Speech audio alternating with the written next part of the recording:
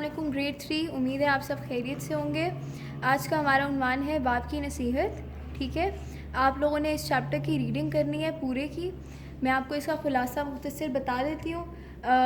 اس میں بتایا ہوا ہے کہ ایک دفعہ 3 خرگوشوں کے بارے میں بتایا ہوا ہے جن کے باپ نے ان کو نصیحت کی تھی کہ اب جب تم لوگ بڑے ہو گئے اپنا گھر بناؤ جا کے الگ الگ, لیکن مجھ سے قریب بنانا اور اچھی جگہ پہ بنانا جہاں تمہاری زندگی جو ہے وہ خطرے میں نہ ہو.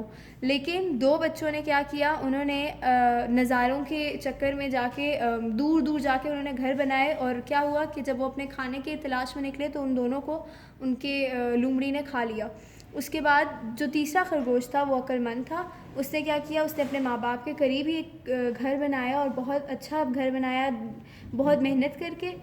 تو اس نے اپنی زندگی جو ہے وہ وہاں پر سکون سے گزاری اور اس کو لومڑی نہیں کھا پائی. میں بہت اچھا. تو چیپٹر کے بعد اب پیج نمبر 50 پہ ہماری ایکسرسائز ہے.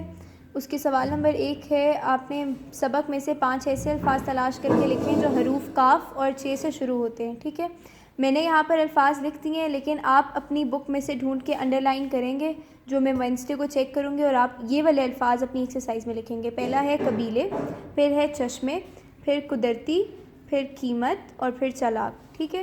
سوال نمبر 2 ہے, دیے گئے الفاظ کے معنی لکھیں. بل سوراخ, الوداع رخصت ہونا.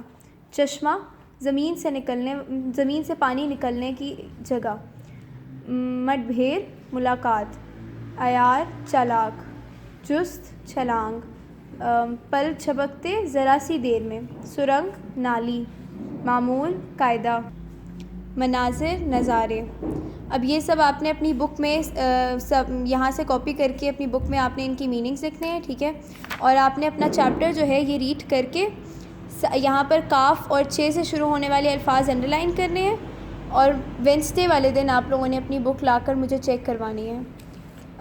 Take care. اللہ حافظ.